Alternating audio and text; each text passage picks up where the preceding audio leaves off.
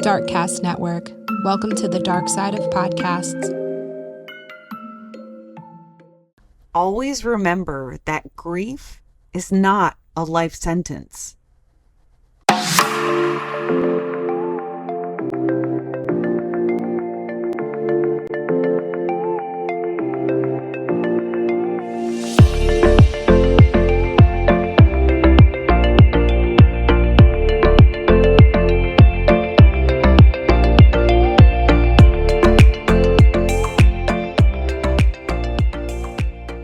Hello, friends, and welcome back. This is True Crime Connections, and I am Tiffany, your host. Today, we are going to learn about how we can heal shorter rather than years and only months. Just what if you could heal in months instead of years? Today, I'm here with my guest, Denise Dielwart, who is an international grief trauma specialist. Thank you so much for being here, Denise. I appreciate it. Oh, you're so welcome, and thank you for giving me the opportunity to speak to your listeners about grief trauma and how important it is to heal, especially in a traumatic death. Absolutely.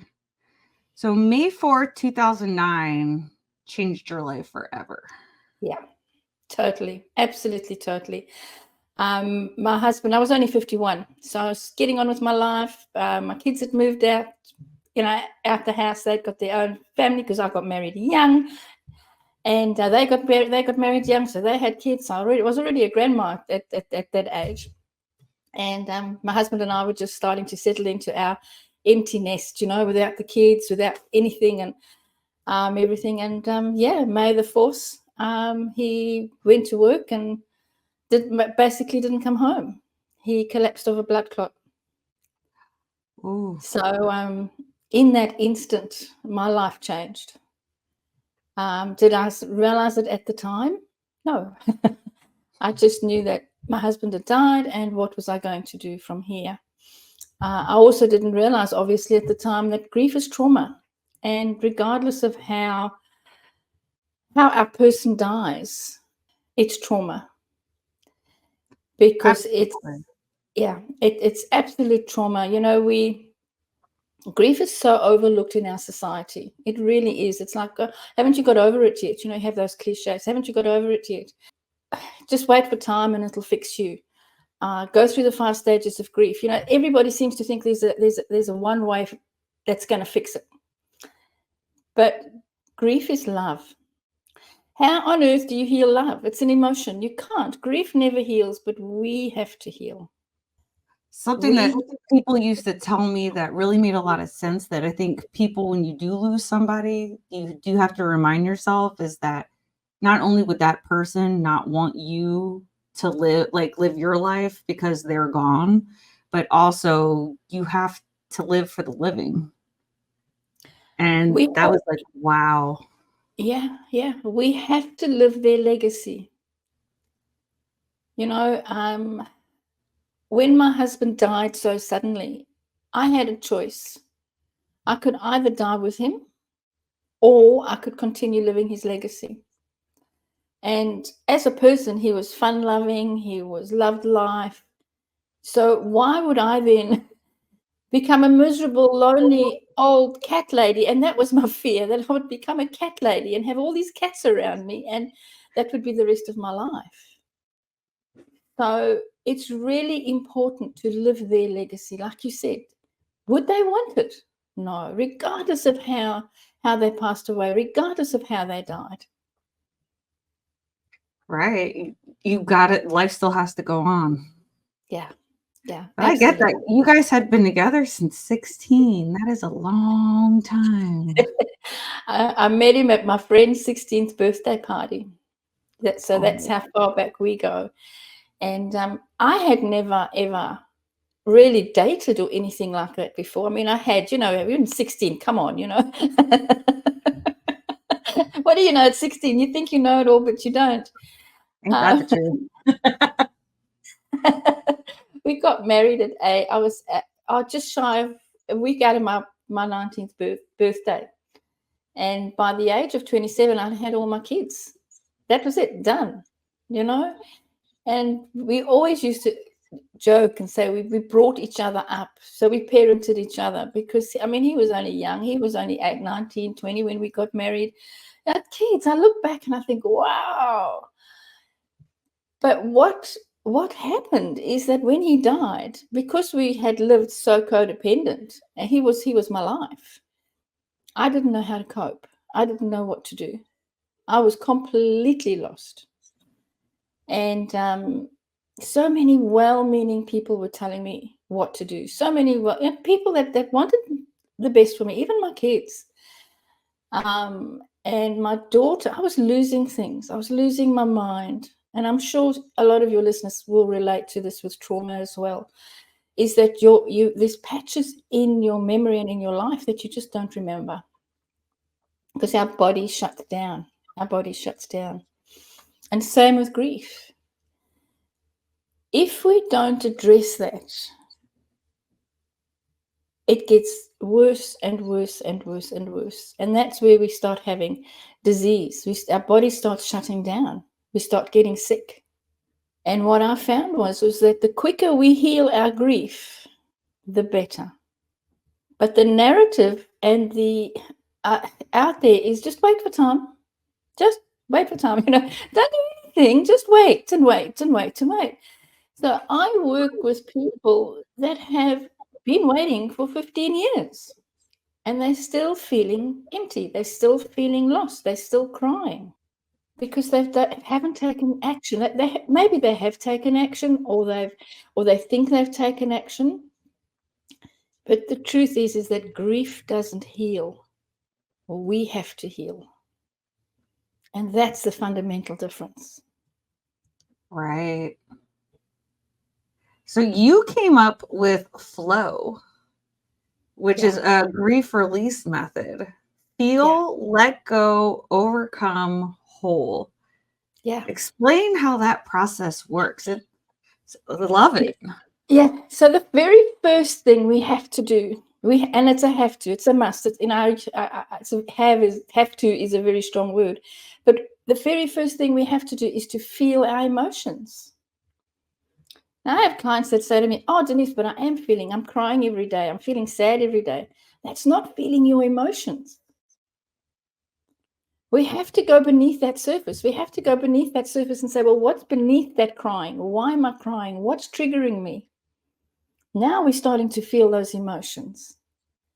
And it's only when we recognize and feel whatever that emotion is, because for everybody it's different, whatever that emotion is, and it'll be triggered by something different. Now we can let go. That's the L. We're not letting go of the life that we had together. We're not letting go of the love. We're letting go of those deep grief emotions, of the pain. Because it's that pain that's holding us all back from reimagining our new life and living our new life full of joy. Because there is joy after grief. Then that's the overcome. That's when we can start overcoming and becoming whole again. So it sounds really simple. Oh, I'll just start feeling. But it's that, what are you feeling? And human nature, and we all do it, is when we start feeling, guess what? We shut down. I don't want to feel that. I don't want to feel sad. I'm okay. Yep, I've got this. I'm fine. Right. But your body says, Yeah.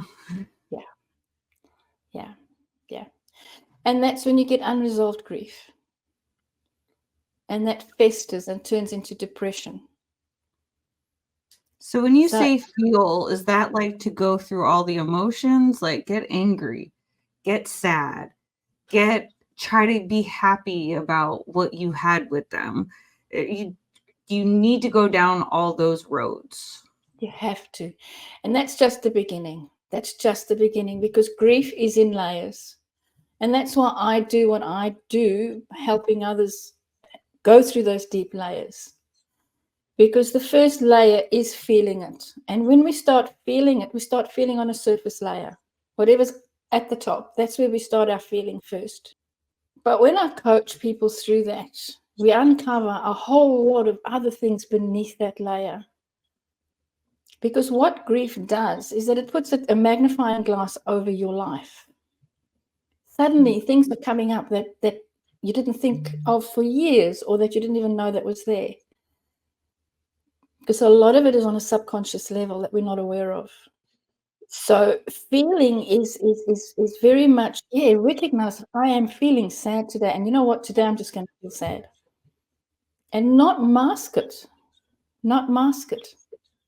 Right. Allow yourself the grace to heal, to be sad. Because sometimes, people are like, oh no, today's going to be a bad day if I keep going down this way, and you try to blow it off. But if you don't deal with it today, guess what? You're going to deal with it tomorrow, or you're going to deal with it a week from now. I remember my one beautiful client, and she, when we started working together, she had been a widow for 15 years. And our first call together, she couldn't stop crying. She had lived for 15 years like that. And by this time, she needed a carer to take care of her. Her health went down. She wasn't sleeping. She wasn't eating properly. She was on benefits because she couldn't afford to work anymore. And this is what happens when we don't heal and release our grief as quickly as possible. It festers like a festering wound in our body, and our body just shuts down. Did you get her on the other side?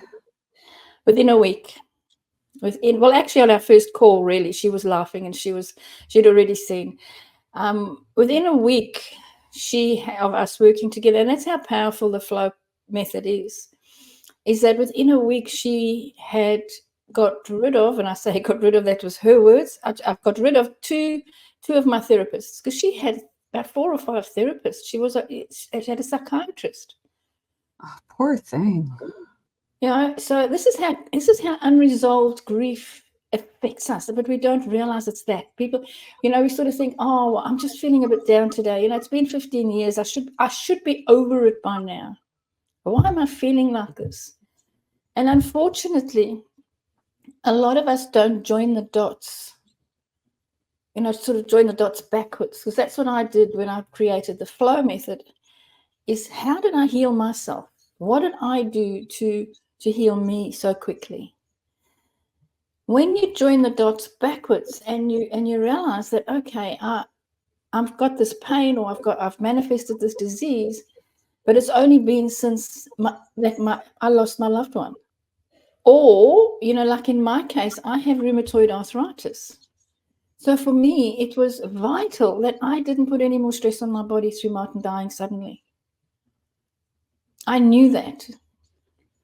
But unfortunately, a lot of people don't know that. They're unaware that our emotions create our health. Our emotions trigger our body, because it triggers every cell in our body.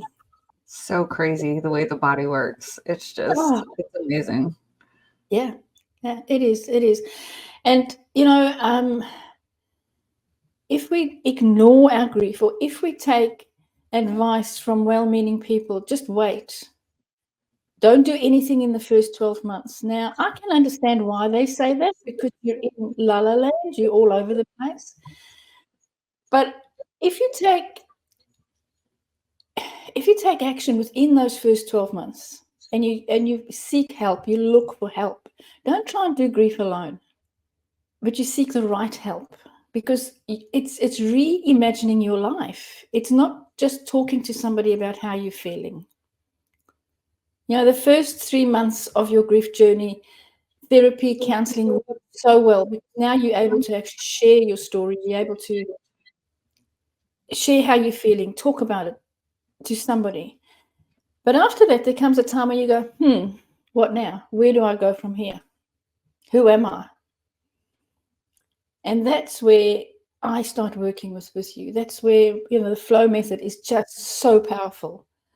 Because it's doing the inner work on yourself. It's rediscovering who you are, reimagining your life, learning to love you, learning to not beat yourself up. All right. So you recommend somebody seeing somebody first? Not necessarily. Some people have it. Some people have just, gone to grief share, or they've joined groups and they're not getting anywhere. But the common belief is go and see a grief therapist. And what I do, I'm not a therapist. I'm a grief coach, mentor, and expert. I've been doing this for 15 years. The first couple of months or weeks, some people it's even faster. I had a lady, beautiful client, beautiful widow, that her husband had passed away, and then she found out that her husband was having an affair, which she never knew about. He had used all the credit cards, maxed them out. All the money in their savings account was gone, which she didn't even know until he died. Oh So my God. these It's a things lot to process. Imagine the trauma around that, because it's not just the trauma, it's the everything else, that goes with it. It's like, oh my God, I trusted you. Well, right. Now you're finding out a whole separate life. Yeah. So that you have to unravel. Yeah. And of course, she was a school teacher. She was a principal of a school. So she was an intelligent lady. And that's what she was beating herself up. I should have, why did I could have, maybe. And 2 weeks after he died, we started working together.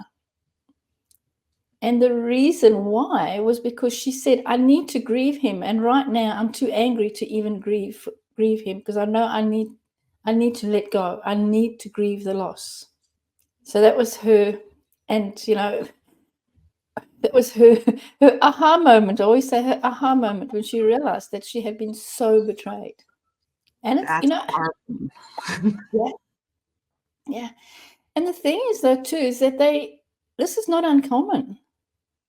This is not uncommon. We have, I had another lady whose husband had a whole family in another country that she didn't know about.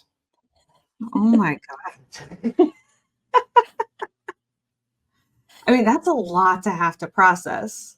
Yeah. Especially now you got to go to another country and check out a house you didn't know existed.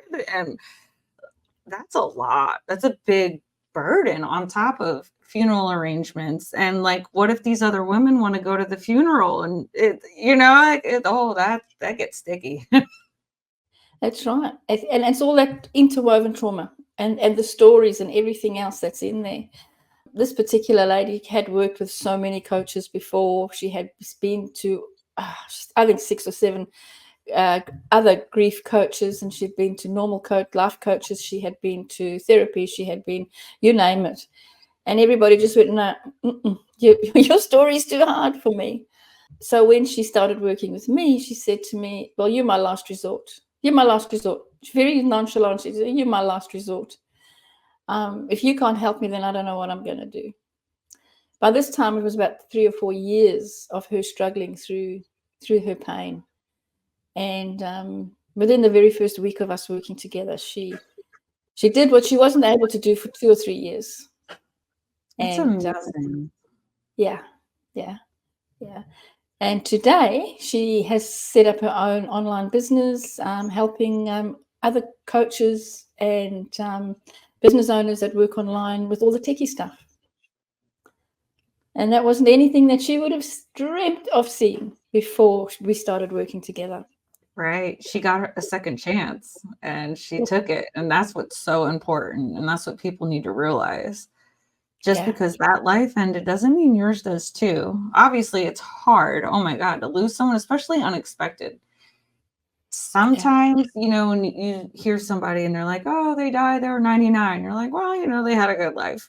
It's still sad, but you knew it was coming eventually. Yeah. When it's sudden, and that's usually a really big shock. Yeah. Then you find out they have another life. That's a whole nother episode. When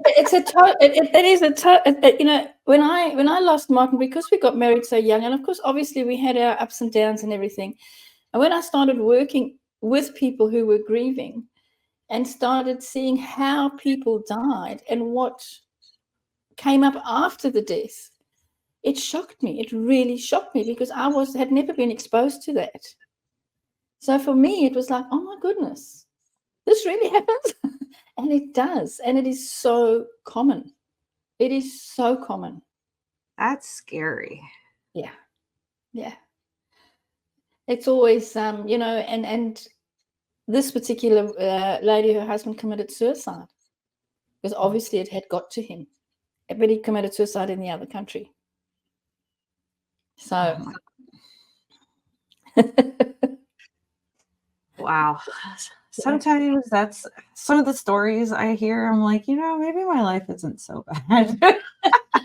well, life is never bad. Life, I always say that we can't control what other people do. That's the bottom line.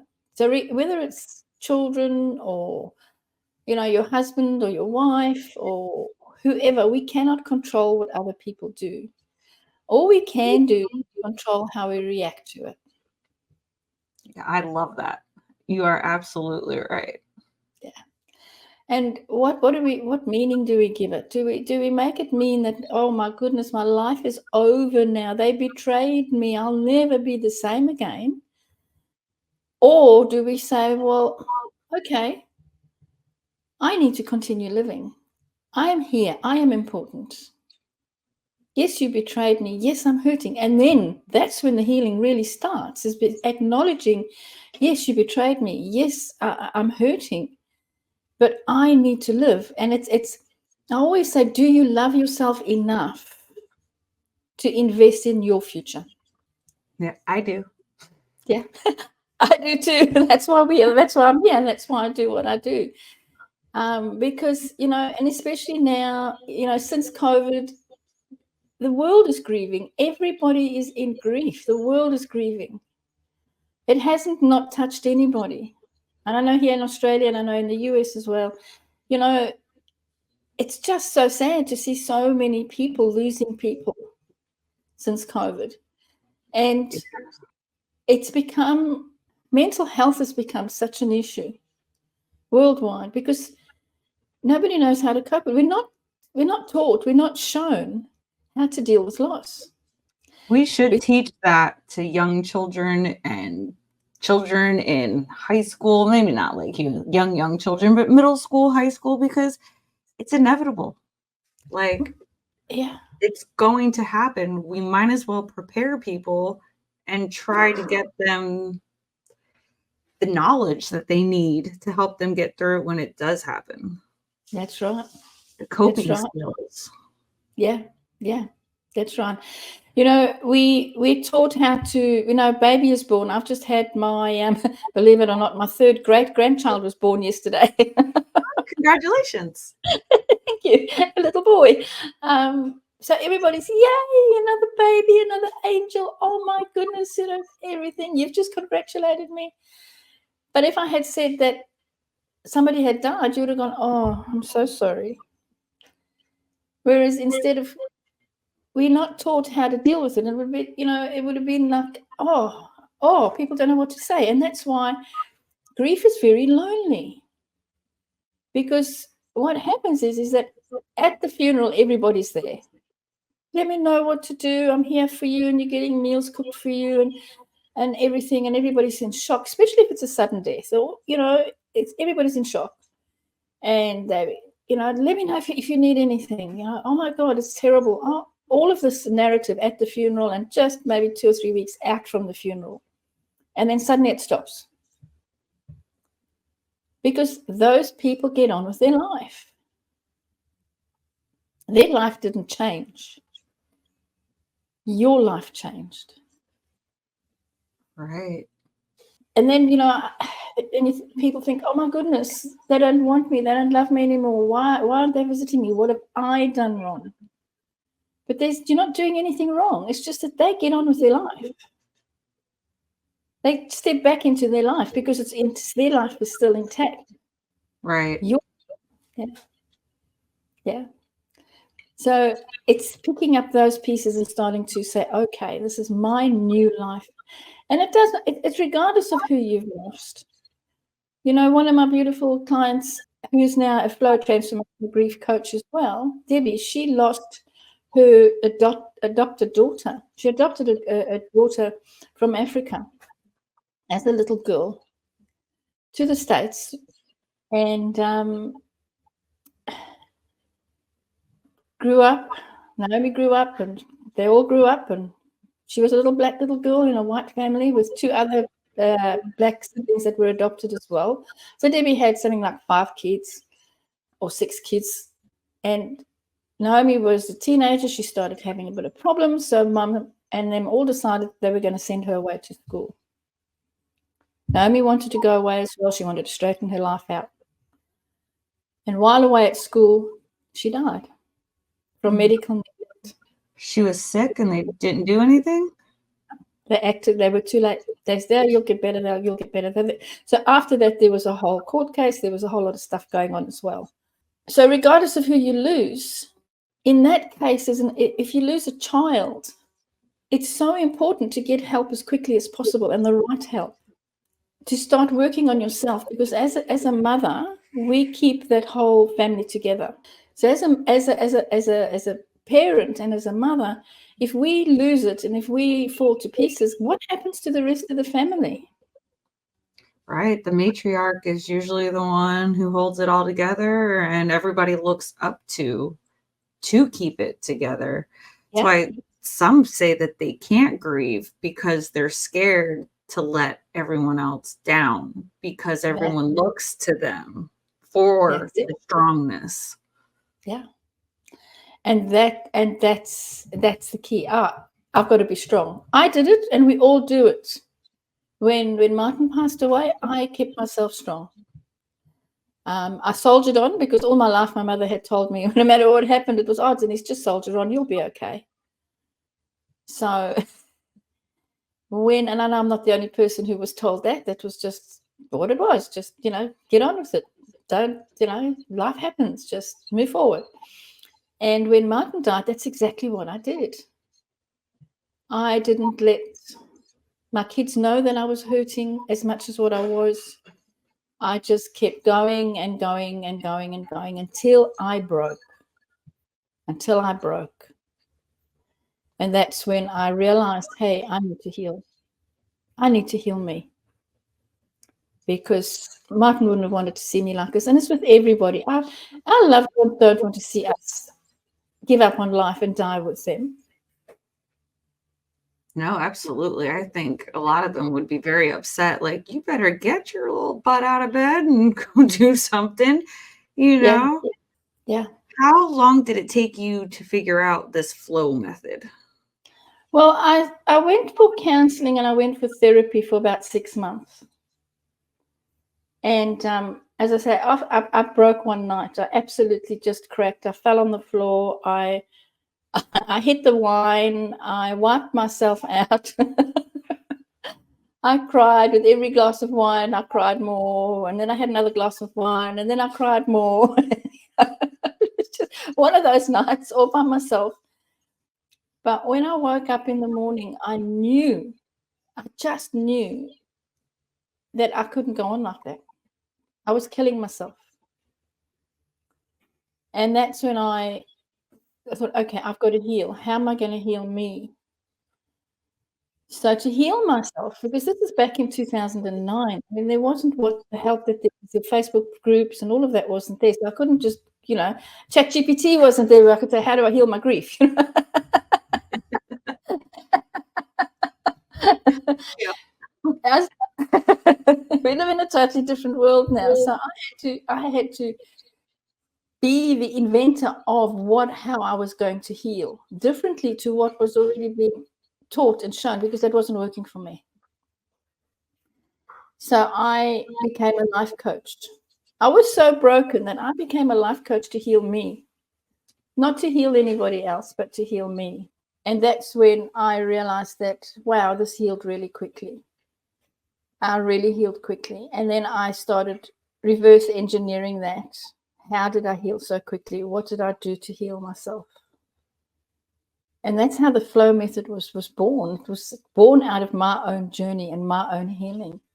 So it wasn't something that I copied or I learned. It was through my own grief healing journey and realizing that by feeling my emotions and really letting myself feel my emotions. I remember locking myself in my walk-in robe, in the closet, just locking myself in the dark with my little poodle Lulu. and just rocking and just crying, just feeling those emotions. Probably scared the hell out of that dog. It was all dark, and poor Lily used to sit next to me. Mommy, are you okay? That's amazing. So you teach, it's an 8-week course. Yes, it's an 8-week program, and it's really 3 phases. So the first phase is the 8-week program where we go through and we heal you. So we do a deep dive into who you are, what beliefs you've got, what limiting beliefs, what's keeping you stuck. And we release all those layers over the 8 weeks. And I work really closely with you as well. So you get the program, you get me for the 8 weeks. If after that 8 weeks you go, you know what, I want to do what you're doing. How do I become a F.L.O.W transformational grief coach? I have that as well. So if you want to then become and help others as well, and not everybody does, but we can't help others until we help ourselves. We have to heal. We have to fill our cup first and then give from the overflow in our cup. I've had a lot of people approach me and say, I want to become a grief coach. And I said, well, you have to first go through the first phase. Oh, but I'm already feel better and I feel good. And no, you have to go through the first phase because that's doing the deep dive into you. You're getting rid of a lot of stuff you don't even know that you've got sitting around there. Oh yeah. I mean, the stuff you can dig up is like, whoa. I remember my early days, and even now, you know, as we grow, and this is the thing, is we never arrive. And this is my message to everybody. You never heal. That's why I say grief doesn't heal. Everybody wants to heal their grief. I want to heal my grief. I want to feel better. I want to feel, and this is everybody. It's human nature because we live in a fast food, instant gratification world where we want it now. I want to feel better today, not tomorrow, today. And I don't want to do anything to get there. Just give it to me. But yes, I used to be that way. I'm working really hard. So what I do is so different to what everybody else out there is doing. It's because we heal you from the inside out. We do the inner work. We do the growth. We do the personal development, the awareness. You know, it's about being emotionally aware of you. Who am I? What are my strategies? What is my programming? What are my beliefs? Because all of that creates who you are today and keeps you stuck in your life, not just your grief, but in your life. And grief is part of life. Unfortunately, yes. Yeah, it is. Loss is part of life. We're going to lose people. People are going to die. As much as what society doesn't want anybody to die, it's a natural part of life. Right. My uncle asked me once, he was like, you know, why do people have to die? I said, because if not, we'd be standing on each other's shoulders. Like, where'd everybody go? You know, I mean, there's not enough room for everybody.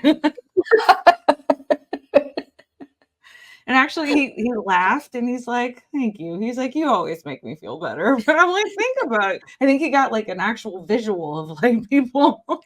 Yeah, you know, this pyramid, you know, you don't, so we have the bottom, which is the foundation, and then we just go up like that. Exactly. So, Yeah, I mean, I get it. And as sad as what grief is, and it is, I'm not making light of any of the emotions or anything like that, but it really breaks my heart. It really breaks my heart when I see people suffer and they're not prepared to do anything about it.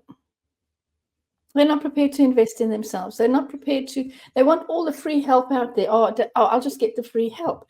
And unfortunately, did all the free help. I went that route as well. I did all the free help and went and Googled. I joined the free groups. I joined all the free stuff. But it was only when I invested in myself that my life changed, and it changed really quickly. You are not the first person to say that. Yeah.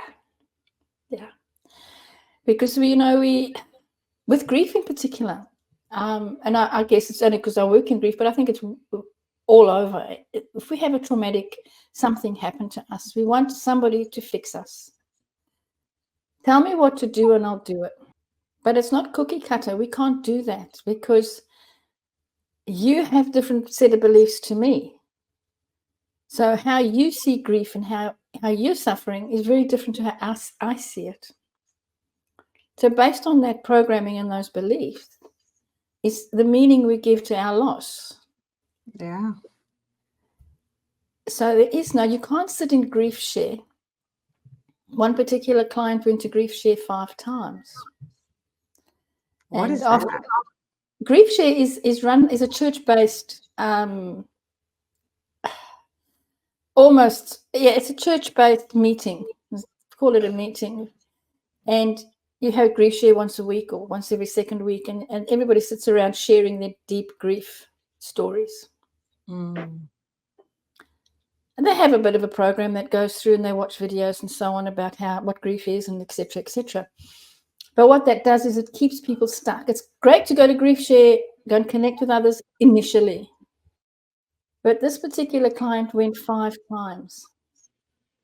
And we joke about it because she's become a F.L.O.W transformational grief coach as well since the program. So we joke about it now. I say to her, what didn't you understand the first time in grief share?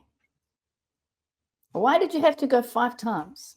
And she laughs and she said, until I found you, she said, I thought I was okay until we started working together. She said, and then I realized, hey, I'm not okay because I'm not living. I'm just surviving day to day. Right. And we think we're coping, we think we're living, we're getting up in the morning, we're feeling a lot better than what we felt a little while ago, to last month, to the month before, maybe even the year before. But are you really thriving and living your life with joy? Or are you just surviving day to day? Right. You got to live to survive. Not. That's right. Yeah.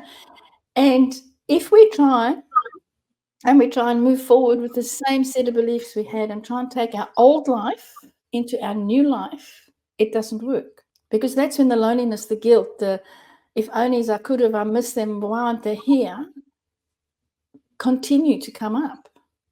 Because you're trying to move your old life into your new life. It's like moving house. You can't move your old house into your new house. You have to start afresh. Right. So it's reimagine your life. I was going to say, it's also, I think, important for people to know, though, like you can still have bad days and be moving forward. You have to give yourself that grace. Don't be like, oh my gosh, I'm supposed to be over this. No, there's going to be days where it is a bad day. Maybe you'll see a picture of them that you forgot that you had, or, certain little triggers that, bring back the emotions. But don't take that as you're going backwards. No, you never go backwards. The only time you go backwards is as I say, is when you unpack and live there. That's the only time. And that's all part of the feeling and letting go. We are going to have times that are going to trigger us. I'm actually going through one of those times myself right now, and it's been 15 years for me. My husband, this time 15 years ago, was in hospital.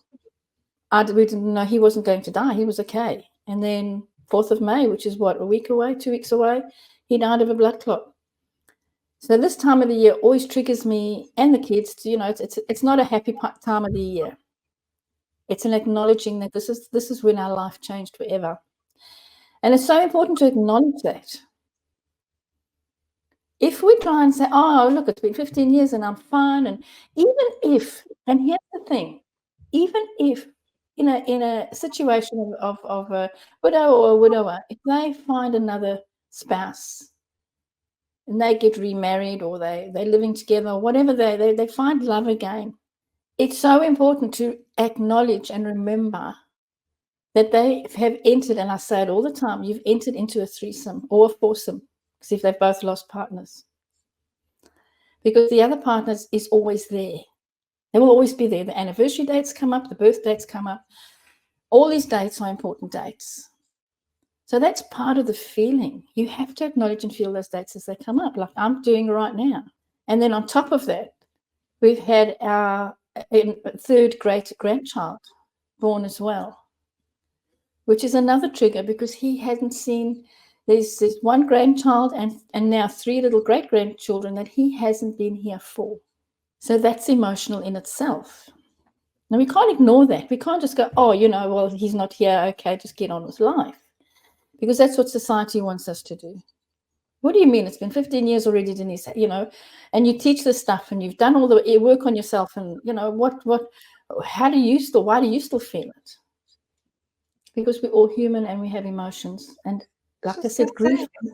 Because you're human. I was going to say, grief never heals. We have to heal. So it's not unpacking and living there, giving yourself the grace to go, I'm having a bad moment, I'm having a bad day, and do something to love yourself, something that's honoring you. Nobody else but you, because only you are feeling that emotion. Right. Do you work with people from all over or in Australia only? All over the world. All over the world. Most of my clients are in the US. So I keep really funny hours. I'm used to it. I sometimes get into bed at 2:00 in the afternoon with a wine. And I think, man, I'm so tired. Why am I so tired? It's only 2:00 and I really feel like a wine. And I get into bed and I think, I've not got to sleep, but I've got the TV on and I'm just de-stressing. And I think, hang on, I've been working since 3:00 this morning. Oh my God. That would feel so weird to me. Yeah, so I work with everybody anywhere in the world because grief is universal. And who am I to say I only work with you? I'm not going to work with you. So and regardless of religion, and regardless of race, regardless of who you are, it's universal. We all have grief emotion. I have a lot of people say, Denise, is this religion-based? Is it faith-based? Well, what do you call religion and what do you call faith? Which religion? Because grief is not religion or faith-based, is it? No, it doesn't matter what you are, you're gonna die. So. Yeah. And the pain is the same. The pain is the same. So no amount of trying to heal the grief. And that's, I think, the biggest message. I always say, if I had a billboard in New York with my face on it, it would say, grief doesn't heal, you do. To get that message out there that we need to heal ourselves. We cannot heal the grief. I love it. It's so true. Yeah. Yeah. And especially in a traumatic loss, whether it's suicide, murder, car accident. I've worked with so many people that have lost people in all you can imagine over 15 years. It's never just one way. Like Deb's daughter died because of neglect, medical neglect. And then it's the aftermath of that because it was the court case, the media coverage and all of that comes into it as well. Yeah, it's a whole nother ball game. Yeah, yeah. So I worked really closely with her to help her keep her family together, which she has very successfully. And now she helps other parents navigate the loss of a child because she's done it first time. She knows the emotions that you go through. She's done the healing on herself.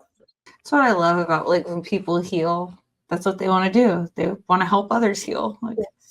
That's why I do what I do, and I think it's great. That's what we need. The world needs more of it. Absolutely. That's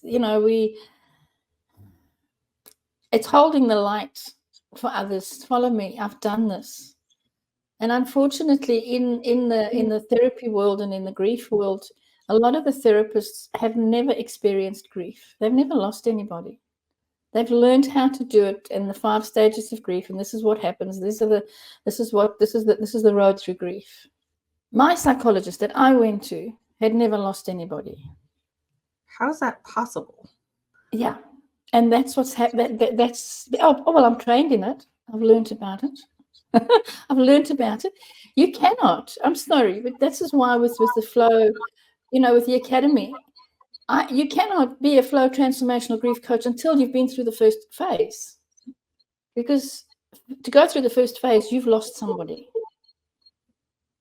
And you've now healed yourself. Now you're qualified to help others. Right. I mean, that's like people who've never had traumatic events become like a trauma therapist. Yes. You can't see eye to eye with that. You can read your books, but that has nothing to do on lived experience. No, that's right. You got the emotions, the emotions that you feel with trauma, like regardless of what trauma it is, or like, because I help people in trauma. Okay, what trauma did you go through? Well, not really. I lost my dog. Okay. And and I know I'm not diminishing the fact that you lost your dog. That is trauma in itself, but we're talking about real trauma here. Right. Do you help with pets? No. Okay. Now I just had to ask. No, because I mean, I've lost a lot of dogs as well, and I know the grief and I know the trauma that's around that. But I don't have the bandwidth. I want to help people that are really suffering with traumatic events that happened in their life. People that have nursed somebody for years and years and years through an illness. I've got a friend of mine, a very beautiful, dear friend, whose husband was dying. She nursed him for 7 years. And she used to always say to me, "Oh, Denise, I've already grieved." And then some days were so bad that she would say, "I just wish you would go now. I can't do this anymore. I just want my life back." Then when her husband did die, it was a whole new ballgame, because suddenly that grief is different to the grief that she had been suffering. And then the guilt came into it. Oh my God, the horrible things he said when he was alive. I just want him here. At least if he was here, even though he was, towards the end, the last couple of months, he was completely out of it. He was basically in and out of consciousness. She said, but I just knew he was in the other room. Now he's gone. And that's the finality of death. It's final. Right. It's different, exactly, when they're on their way, but when it really happens, because now it's real. Yeah. And that's the trauma. That's the trauma. When it's not recognized, trauma is not recognized in grief. It really isn't. It gets touched really sort of, oh yeah, there's a bit of trauma there, but it's not a bit of trauma. It's trauma. It's a life-changing, life-altering event that happened. And if we don't deal with that trauma, it just festers. We have to release that. We have to release it. We have to pull it out. I always say, if you've got a garden and you start overgrowing with weeds, you pull out the weeds, don't you? You just pull out the weeds. If you don't replant something in place of those weeds, what's going to grow? More weeds. And our mind is exactly the same. We can't just let go and release and let go and release and I'm doing great. What are you replacing it with? Room for more crap to grow and fester. Yeah, absolutely. And then we wonder, what the hell happened? Why am I not healing? Why am I on this roller coaster of life where I do all this stuff? I've done everything, but nothing's changing. It's because you're doing the same thing and expecting a different result. It's the definition of insanity. Yes, it's total. Well, we all do it, don't we? We all do it. It's human nature. Oh yeah, no, I got my batshit crazy times. Trust me, we all do it. It's called being human. It's being human, and that's why it's so important with grief not to just go down the grief therapist or the grief counselor route, because they're great to talk to. It's talk therapy. That's all it is talk therapy. Talk to me. How is it? Come back next week. talk again, come back next week. You have to do the deep dive into yourself. And here's the thing, when we do this deep dive into ourselves, we shut down because we don't want to pull up all that stuff. And it's not pulling up your past. It's not pulling up all your bad memories, you know. It's just uncovering what's keeping you stuck. I love it. That's what you need. Yeah.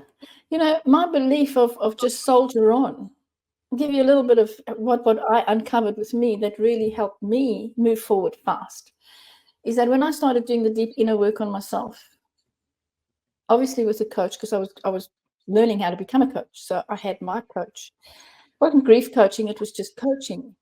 And I uncovered that as a little girl, I always did ballet. I'm an only child, so I always did ballet. Ballet was important. But my mother and my father, but more so my mother, always used to say, Denise, practice makes perfect. So I had to practice for the aesthetics. I had to practice for the exams. I had to practice because practice makes perfect. Then I got an organ, you know, the days of the organ, the piano days.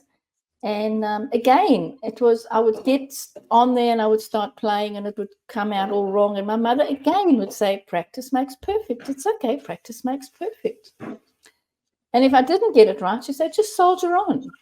So when my husband died, what did I do? That was on a subconscious level. Soldiered on. I soldiered on. I just soldiered on and I had to be perfect. So I soldiered on perfectly. Until you were a mess on the floor with your wine. With my wine, that's right.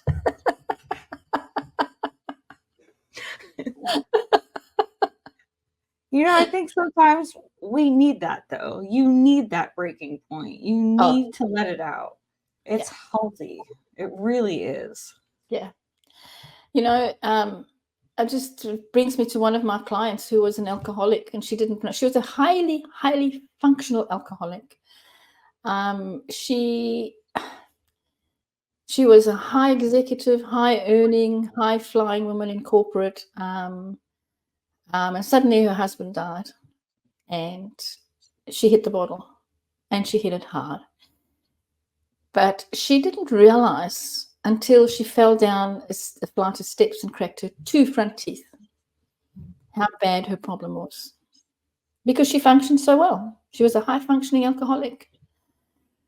And I remember her first call to me was, can you help me? I said, of course, yes, I can help you.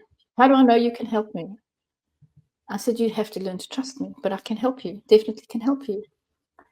And then we'd have a chat and then, okay, well, okay, yep. Yeah, I'll do it. Yeah, I want to work with you. And then the next call was, are you sure you can help me? How do I know you can help me? So all this was coming through. And as we went through the program, she sent me this beautiful, beautiful, beautiful voice message one day. And she said, I have joined AA and I've put myself into a rehab home. If I hadn't have worked with you, I wouldn't be here right now. So her life was changed.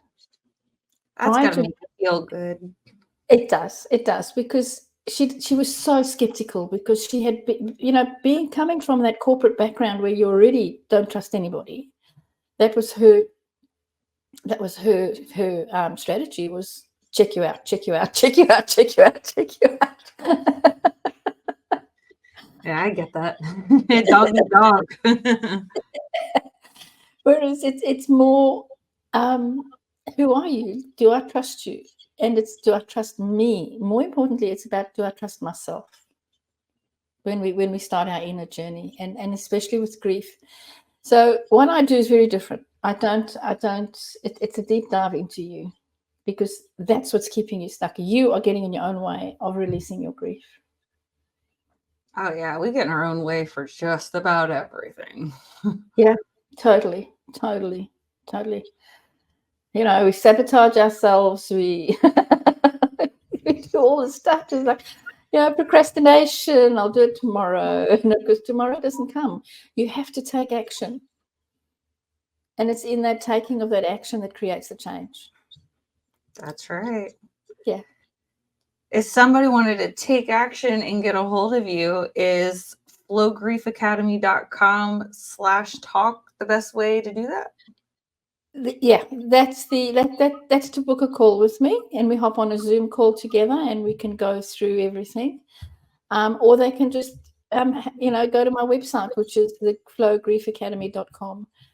But if they want to, fast forward it and they want to have a chat to me, and we'll hop on a Zoom call together and see if we're a match and where they're at in their grief journey, and if I can help them. Right. I'll make sure I put the links in the show notes too, so people can find it easier. Brilliant. Yeah, no, thank you so much for that, because it's my passion, it's my mission. It's like, come on, guys, let's heal grief. Let's live life, because life is for living. It really is. Absolutely. And when you find the other side of grief, or any traumatic event that's happened in your life, because we're all going to have trauma happen, something's going to happen.